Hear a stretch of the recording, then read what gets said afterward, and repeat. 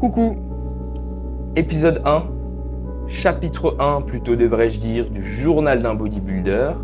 Toi qui m'écoutes derrière ton écran sur YouTube ou dans tes écouteurs, sois le bienvenu. Je m'appelle Louis Mathieu ou LMF, j'ai 21 ans et je suis étudiant à Paris. À côté, je pratique le bodybuilding et tout l'intérêt de ce podcast, ce sera de faire le lien entre bodybuilding et étudiant et voir comment on peut porter ces deux casquettes de la façon la plus efficace possible pour performer d'un côté comme de l'autre. Dans ce carnet de bord, je te partage mon quotidien, mais j'invite aussi des invités pour discuter avec moi de ces thématiques et croiser différents points de vue. Si tu es intéressé et tu as envie toi aussi de discuter avec moi d'une thématique qui te tient à cœur ou de ton quotidien en bodybuilding, en musculation, par rapport à tes études, n'hésite pas à m'envoyer un petit message sur Instagram pour qu'on en parle. Et à ce sujet, j'aimerais déjà remercier tous les retours que j'ai eus sur le premier épisode. J'ai reçu beaucoup de bienveillance, des conseils et généralement des retours très positifs sur le premier épisode. On a pété les scores sur Spotify, je crois qu'on a fait 10 écoutes. Du coup, c'est vraiment un banger déjà, une belle réussite pour ce premier épisode. Merci à tous de ce côté-là et merci aussi à toutes celles et ceux qui m'ont fait des retours pour participer au podcast. J'ai déjà eu des intervenants à venir éventuellement. C'est encore à discuter avec eux pour se mettre d'accord sur un thème. Et à ce sujet, la semaine prochaine, première invitée qui est une invitée, une auditrice, enfin je pense qu'elle a écouté le premier podcast, mais qui viendra pour discuter avec moi des liens entre bodybuilding et couple et de la façon dont le couple par exemple, s'accommode du bodybuilding et vice versa. Ou si c'est le bodybuilding qui englobe et étouffe la relation. Voilà, comment s'articulent un peu les relations lorsque tout simplement dans le couple il y a un ou deux bodybuilders, comment ça se passe. Du coup voilà, essayer d'apporter des nuances. Donc stay tuned, encore un petit teasing en début d'épisode. Et pendant qu'on y est, si tu me regardes sur Spotify, claque-moi ces 5 étoiles s'il te plaît et n'oublie pas de t'abonner si bien sûr c'est possible sur Spotify. Je ne suis pas certain, mais si c'est possible, fais-toi plaisir. Et si tu passes par là sur YouTube, je te fais un petit coucou. Tu peux aussi délicatement caresser le bouton like et t'abonner pour la suite, l'arrivée des vlogs à Paris. Mais rentrons dans le vif du sujet, ce premier épisode du journal d'un bodybuilder qui s'intitule « Donner du temps au bodybuilding, redonner du temps au bodybuilding » et dans lequel j'ai envie de présenter le récit de ma fin de prep, de la fin de mon Erasmus à Berlin, parce que j'étais à Berlin l'année dernière dans le cadre de mon échange en 3e année, et la transition vers cette année, la première année de master, les ajustements, les évolutions, les cours, la mise en place d'une routine pour progresser en off-saison après la fin de prep. J'avais pas prévu de commencer comme ça au départ, mais hier, pendant ma séance jambes, je venais de, pour vous poser le contexte, j'étais bien avancé dans la séance jambes, du coup plus très lucide, un petit peu sonné après une série de fentes, de split squats.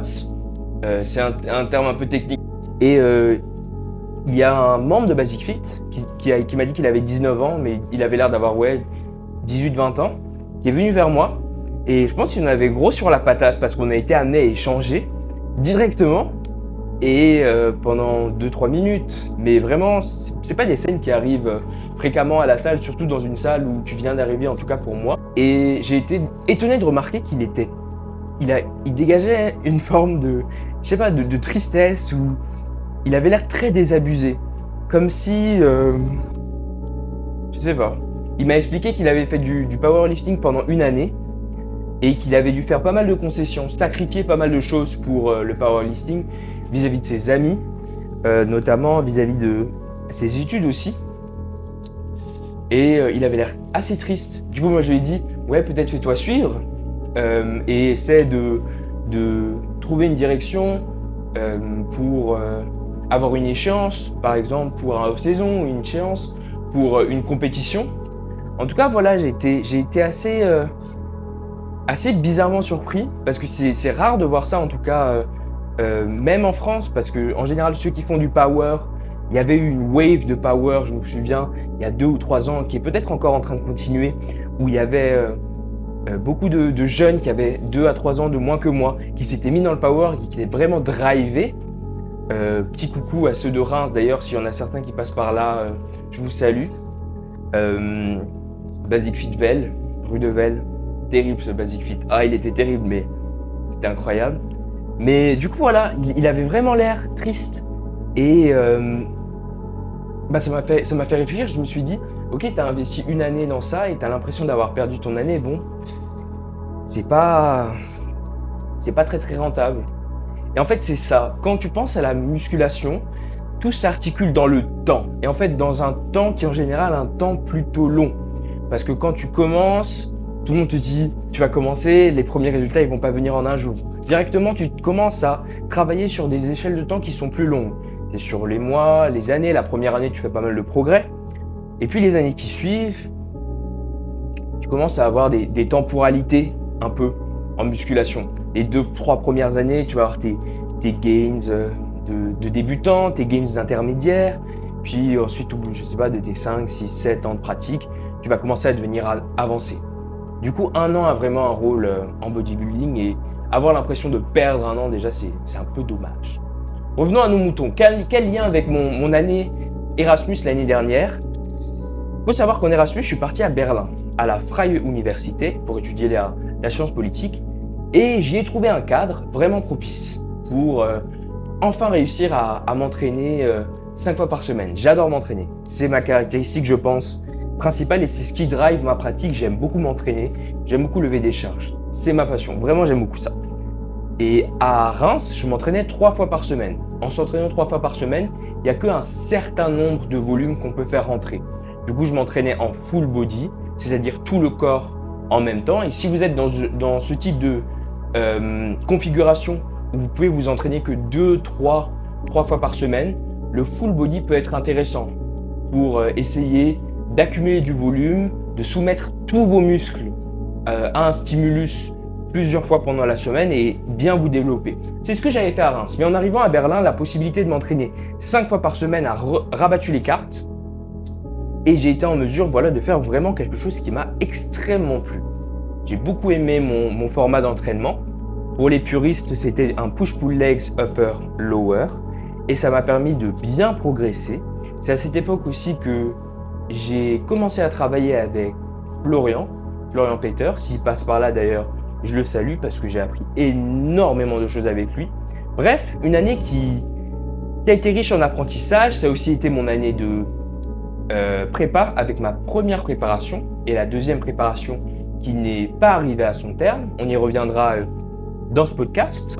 J'ai pu passer ce cap et mettre en place vraiment ma diète, mettre en place mes pas parce que j'ai eu une ouverture et la possibilité d'aller tabler sur un temps plus important. Tout simplement, j'ai eu beaucoup de temps et ça m'a permis de mettre ça en place. J'ai pu donner du temps au bodybuilding et c'est vraiment, si vous faites des études, quelque chose qui vous prend du temps. Je sais que tous les sports prennent du temps. Faire du foot, du basket, de la gym, peu importe le sport que vous allez faire, le bodybuilding, même si c'est un sport loisir qui est drivé par une passion, ça prend en compte aussi le sommeil, si vous voulez être performant, la nutrition, si vous voulez être performant. Donc c'est assez englobant. De sorte qu'il faut lui donner suffisamment de temps. Et vers le milieu de mon année Erasmus, j'ai pris la décision de concert avec mon coach de commencer une préparation. En fait, c'est mon coach qui me l'a proposé. J'ai fait 2 compétitions en naturel à la FFFCN et j'ai aussi eu la possibilité de gagner ma carte pro dans l'une des fédérations. Et à cette époque, j'avais vraiment la capacité à concilier bodybuilding, temps alloué au bodybuilding et temps alloué à l'année universitaire. Et j'ai l'impression qu'après cette compétition où j'ai eu ma carte pro, pour une raison que j'ignorais en tout cas, à partir de là, j'ai eu beaucoup plus de mal à faire les deux. J'avais l'impression de devoir faire énormément de concessions sur mon sommeil ou sur différents... Parce que c'est ça aussi, une prépa, ça prend énormément de temps. Et à partir de ce point de bascule, un peu après ma deuxième préparation et ma deuxième compétition, en gros après la fin de ma saison A, j'ai eu l'impression de perdre le contrôle sur mon temps. J'avais du mal à rentabiliser mon temps en salle même. J'avais plus trop envie de m'entraîner, mais de toute façon en prépa, tu vas juste à la salle pour tick the box. Mais de toute façon en prépa, d'une certaine façon, tu vas juste à la salle pour tick the box parce que tu n'as pas forcément non plus l'envie de t'entraîner. Et en y repensant, la raison pour laquelle je pense il m'a été si difficile d'adhérer à mon processus sur la deuxième partie de la saison, ça a été simplement que sur le coup, je me suis demandé pourquoi je le faisais. Et là, je sais pas, j'ai l'impression d'être rentré dans un mur, de ne pas avoir réussi à trouver de véritables réponses à la raison pour laquelle je m'étais tourné vers un sport de physique quand moi, ce que je faisais et ce que j'aimais, c'était l'entraînement en musculation. Et à partir de là, les choses ne sont pas allées en s'améliorant. Peut-être que j'étais trop vert et pas assez prêt pour encaisser ça. En tout cas, mon coach m'a vraiment accompagné dans cette période et d'où l'importance d'être suivi, je pense, pour une première expérience. Mais c'était comme si aussi j'avais changé de priorité. Comme si en fin d'année, j'avais davantage envie de me concentrer sur la transition entre master et fin d'Erasmus. Mais toujours est-il que à un moment, je crois environ, je sais plus si c'était 6 ou 7 weeks out de Belgique, non, un peu moins, de WNBF Belgique, qui était la première compétition que j'étais censé faire. J'ai parlé à mon coach et puis on a échangé par rapport à ça.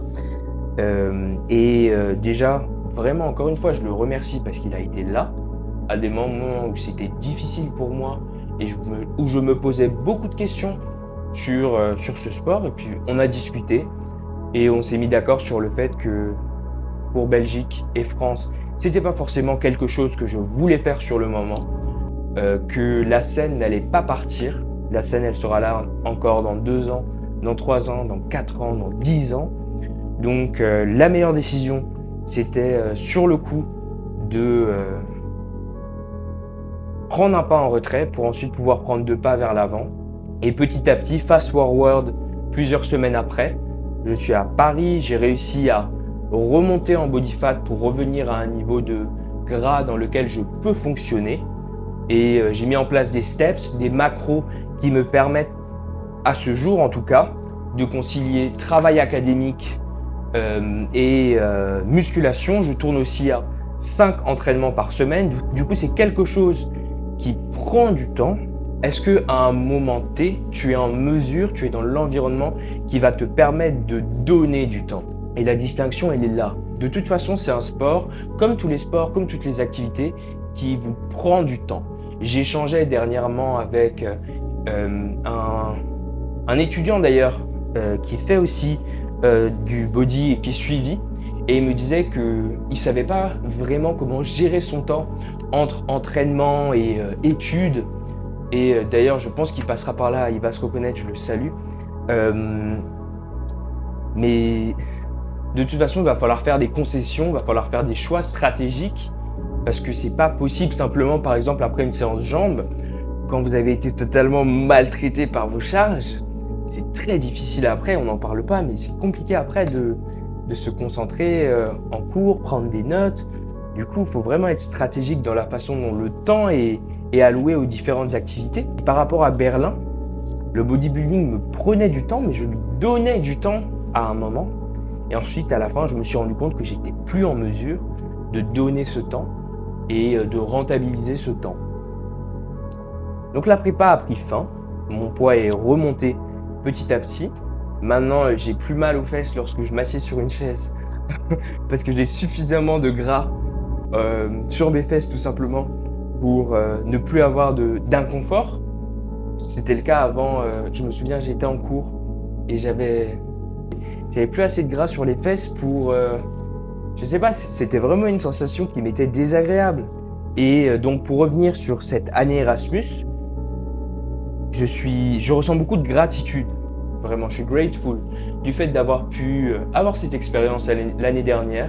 Emmagasiner de l'XP, c'était vraiment quelque chose d'incroyable qui m'a beaucoup appris sur le plan personnel parce que j'ai aussi pas mal réfléchi sur la raison pour laquelle je le faisais. Je repars de cette prépa et de l'année précédente. Un petit peu déçu bien sûr parce qu'on aurait aimé pouvoir apporter un package plus intéressant pour l'autre compétition. Apporter un package, qu'est-ce que ça veut dire peut-être? En gros, pour arriver lors d'une compétition de bodybuilding, parce que je me sens obligé de faire des petits moments pour contextualiser. Pour arriver lors d'une compétition, il faut se préparer avant. Ça veut dire qu'il faut arriver en étant le plus sec et le plus dur possible, le plus plein possible. C'est assez particulier. Et donc l'objectif sur les semaines auparavant, lors de la prépa, c'est de tomber le plus de gras possible pour pouvoir... Parce qu'en fait, lorsque vous êtes sur scène, vous ne présentez pas du gras, vous présentez du muscle. Et si vous avez plus de gras que vos concurrents, vous êtes désavantagé d'une certaine façon. En plus, étant athlète naturel, c'est vraiment, vraiment important d'arriver en bonne condition. D'où la nécessité, voilà, avant de se préparer, c'est ce qu'on appelle une prépa, et d'arriver le jour J le plus plein, le plus sec possible. Qu'est-ce que je disais? Je sais plus. Je voulais faire un petit point où j'expliquais. Je ne sais plus. Je ne sais plus du tout ce que j'étais en train de dire. Je suis parti sur une explication, mais en tout cas, j'ai oublié, tout simplement.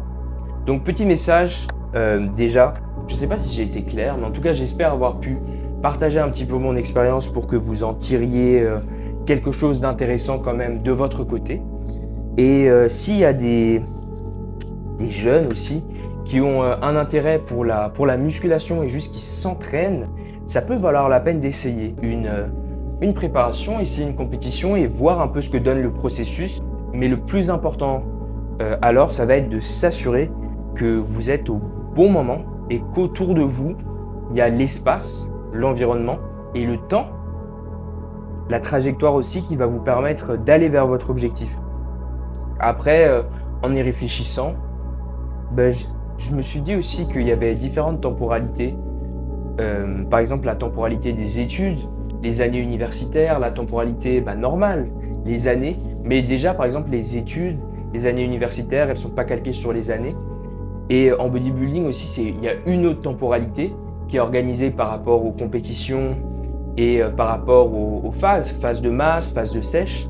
Et que, en fait, la temporalité études et la temporalité bodybuilding, elles ne peuvent pas non plus se chevaucher parfaitement ou s'harmoniser parfaitement, de sorte qu'il n'y aura jamais un environnement parfait pour essayer. C'est la raison pour laquelle je suis très content d'avoir essayé l'année dernière. Je serai aussi très content de remonter sur scène dans quelques années quand j'aurai fait les améliorations nécessaires pour être compétitif, pour être plus compétitif.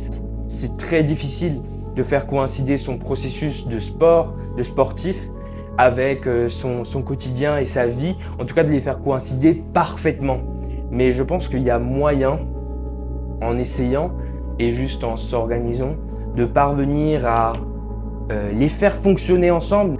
Si sur le coup, les ajustements que tu mets en place dans tes études, l'emploi du temps que tu as choisi, tu essayes d'y incorporer de la musculation ou même tu essayes de commencer une préparation dans cet emploi du temps et ça ne marche pas, tu auras quand même le mérite d'avoir essayé. Et si tu échoues, tu auras appris plein de choses.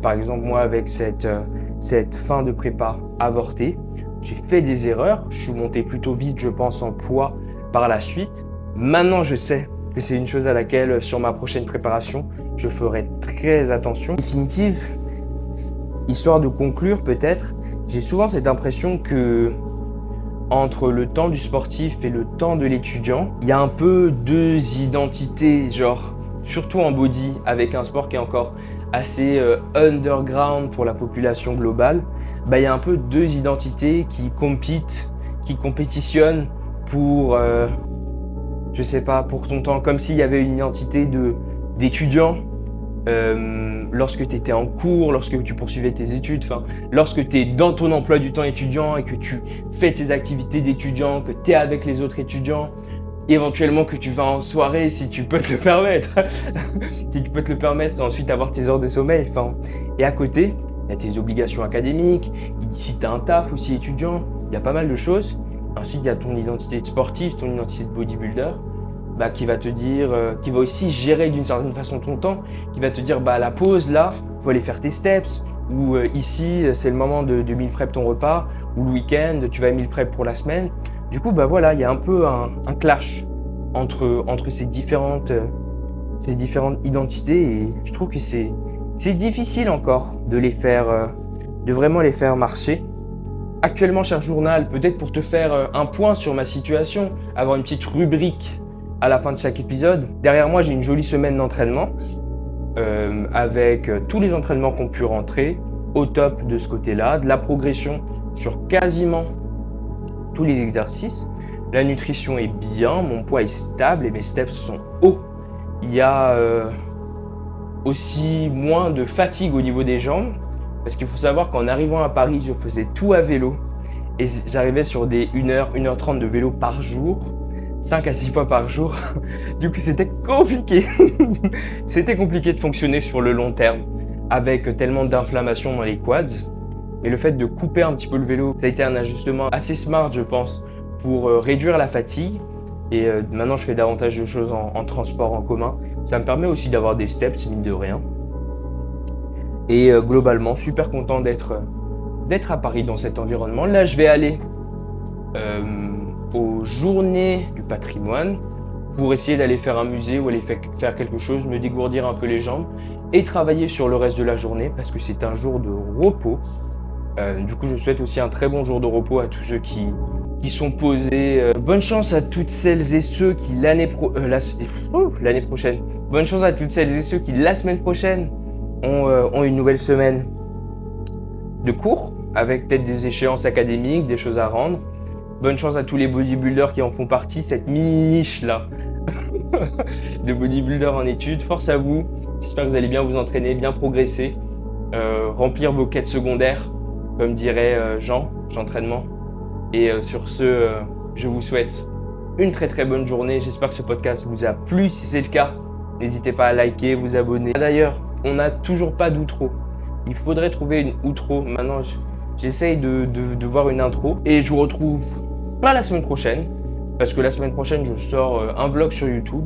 Mais la semaine suivante, pour le podcast, sur les rapports entre bodybuilding et couple, dans le cadre des études, pour toucher un petit peu à tout ça. On se retrouve la semaine prochaine. Sur ce, très très bonne journée. Encore une fois, merci pour l'écoute du podcast et je vous dis à plus. Salut!